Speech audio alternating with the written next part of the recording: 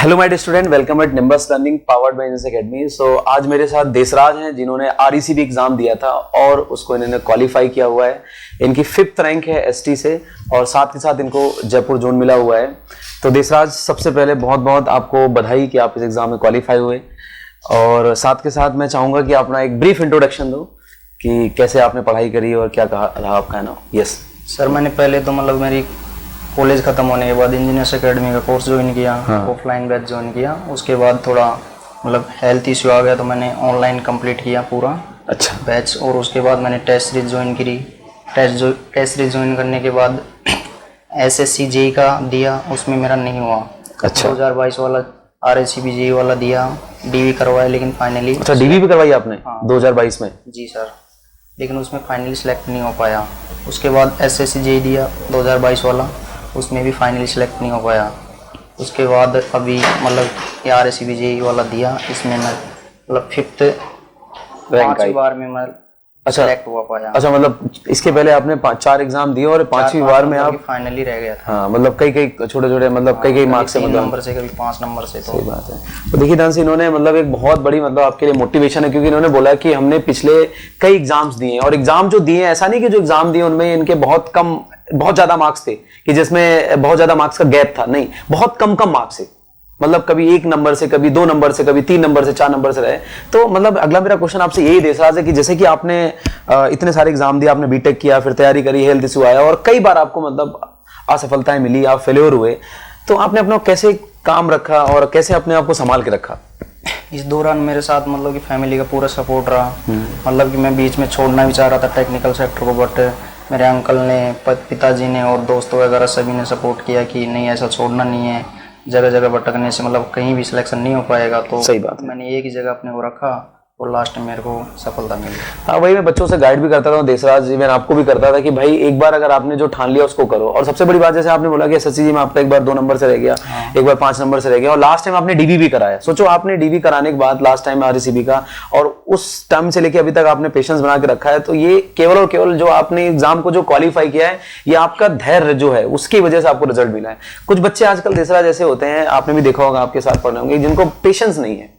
तो इसकी जर्नी से एक बात जो बच्चों को सीखने को मिल रही है कि भाई आप पेशेंस रखो, चीजों को रिवाइज करो। अच्छा, जब आपने जैसे पढ़ाई करी, चलो ये तो हो गया आपकी जर्नी, जब पढ़ाई करी आपने तो आपने नोट्स बनाए थे, क्या तरीका रहता था आपका पढ़ने का? मैंने मेरे सेल्फ नोट्स होते थे, खुद लिखता था, कि पूरे क्वेश्चंस वगैरह भी लिखता था, न्यूमेरिकल्स वगैरह, और खुद ने मैंने पूरे नोट्स खुद ने बनाए हैं। अच्छा, आप ही के भी क्लास ली थी, वो भी खुद ने बनाए थे, मशीन्स वगैरह सबके खुद के नोट्स बनाए हैं। फिर उससे अच्छा, पीडीएफ से तो नहीं पढ़ते थे? नहीं, पीडीएफ से। हाँ, आजकल बच्चों को हो रहा है कि सर पीडीएफ, तो पीडीएफ इसलिए दी जाती है ऑनलाइन क्लासेस में कि आपको सपोर्ट हो जाए, लेकिन उस पीडीएफ से आप जब तक लिखोगे नहीं तब तक क्या समझ में आएगा? खुद ने नोट्स बनाए थे। हाँ, बिल्कुल सही बात है।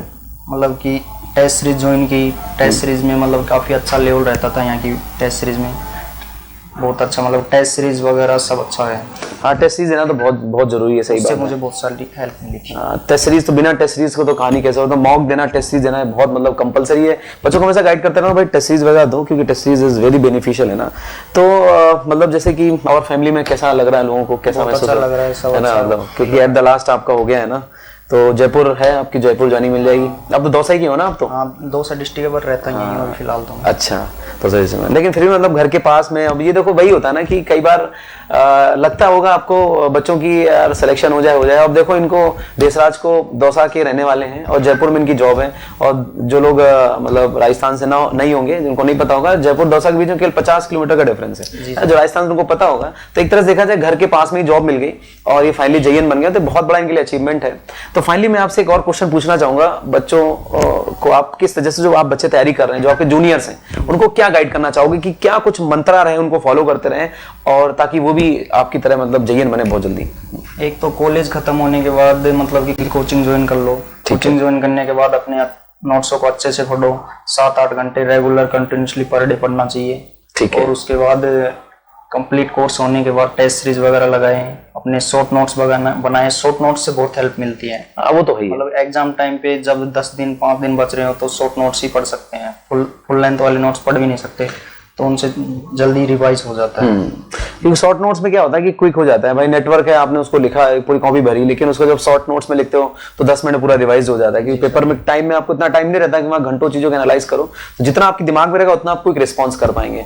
तो बहुत बढ़िया देसराज, अगेन बहुत बहुत बधाई आपको, है ना, और आप आगे ऐसे ही बढ़ते रहो, आगे और एग्जाम्स को आप क्वालिफाई करो।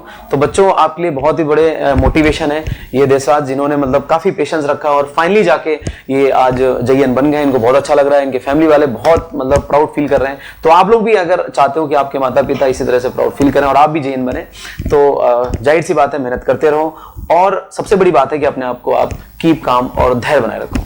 Thank you so much.